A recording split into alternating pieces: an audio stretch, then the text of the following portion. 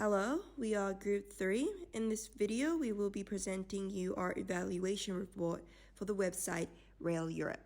Firstly, Rail Europe is designed for travelers and travel agents from all around the world to plan and book European train tickets and activities. To evaluate the website, we have conducted 10 user tests, 5 of which were done in the Interaction Design Lab and the other 5 in several natural settings.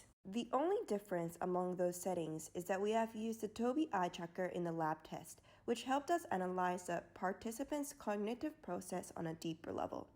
In field testing, the members of the team mostly used QuickTime and voice recorder to record the testing process. Other than that, the method and the procedures we used in all settings were the same. Before we started the testing, firstly, we kindly greeted the participant and provided them with the information they should know before testing, and asked them to sign a consent form as well as fill in the pre-session questionnaires.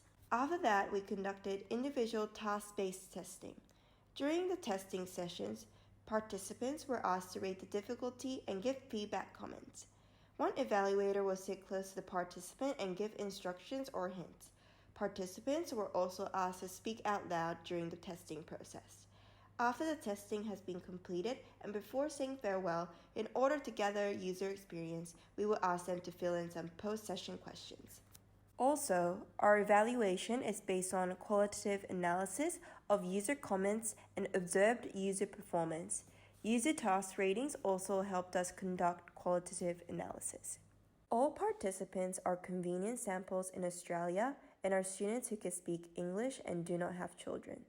Since they are also young, healthy, and love traveling by train, either individually or with a group, they are the target audience of Rail Europe. All task scenarios are designed to make the task realistic and actionable by the given participants with the necessary information they will need to complete the task.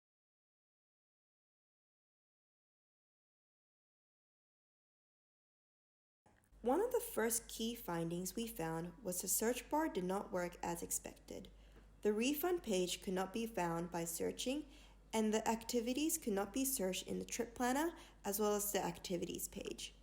The ineffectiveness or even the absence of the function makes it hard for users to find what they want. For example, in Task 6, 4 users tried to use the search function to find the refund page, but failed. Also, 8 participants commented that it will be much easier to find the target activities if they added a search bar in the activities page or the trip planner page. Another finding we found was that the visibility of the system status was not presented well when getting a round trip ticket and when logging in. For instance, after selecting the ticket for the first session of the round trip, the website jumps to the next ticketing session. However, since the next session is too similar to the home page, 3 participants thought that they had come back to the home page. Also, after logging in, the login icon still shows. So, do I still need to log in? One of the participants therefore thought that he had not signed in successfully. Additionally, the system does a poor job at preventing users from making errors. If a user clicks the back button, they will have to refill the information again. And there is no warning showing your decision or plans will not be saved if you click something wrong and leave the page. For example, because all those issues mentioned before and those that will be talked later, many participants have lost track of what they are doing, thus planning to go back and redo the task. However, since their previous input were not saved, they need to refill the information again. Furthermore, the GUI did not match most participants' mental model, especially the trip planner features are not easily noticeable, such as the plus or add button and the small arrows in the menu. For example, most participants did not notice that the London section on the upper left corner is clickable, as their eyes were drawn to the map. Cool. So, how do I enter the activity? So, just click on London. Considering how many important functions are hidden inside that section, the design failed to highlight its importance. So, guess I'm looking for Harry Potter in activities and extras. It's not really clear from here where I'm supposed to look. Okay. Also, 2 other participants were confused when they saw the arrow plus button. It turns out those two mean the same thing. One participant saw that by clicking the arrow in the menu, she may see the list of subcategory buttons. However, these arrows are actually unclickable. Another issue is that there is too much information provided in one page that is not effectively filtered, like the activities page.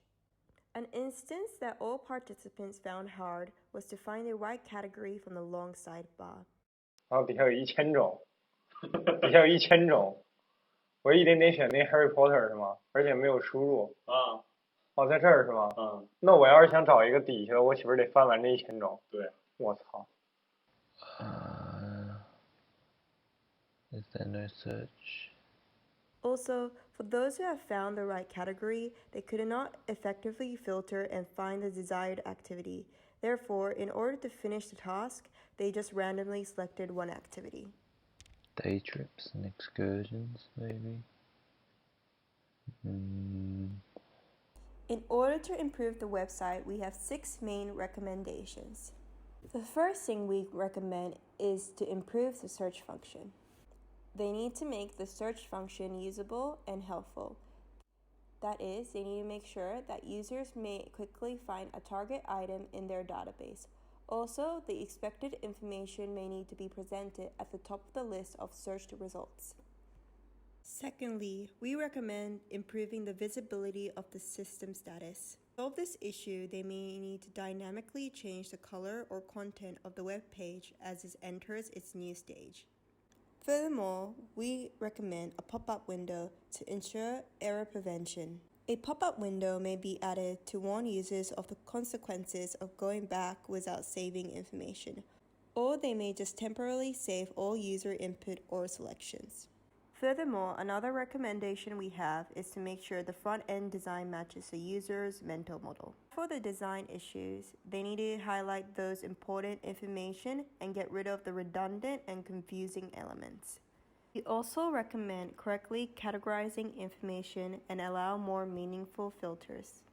Items should be categorized to more meaningful groups. Also, add sort by price or sort by rating to allow more efficient searches. Finally, we recommend to make the after-sales service usable. We do not know if this is intentional or not, but they need to make the refund link more noticeable and the content of the help and support page more accessible.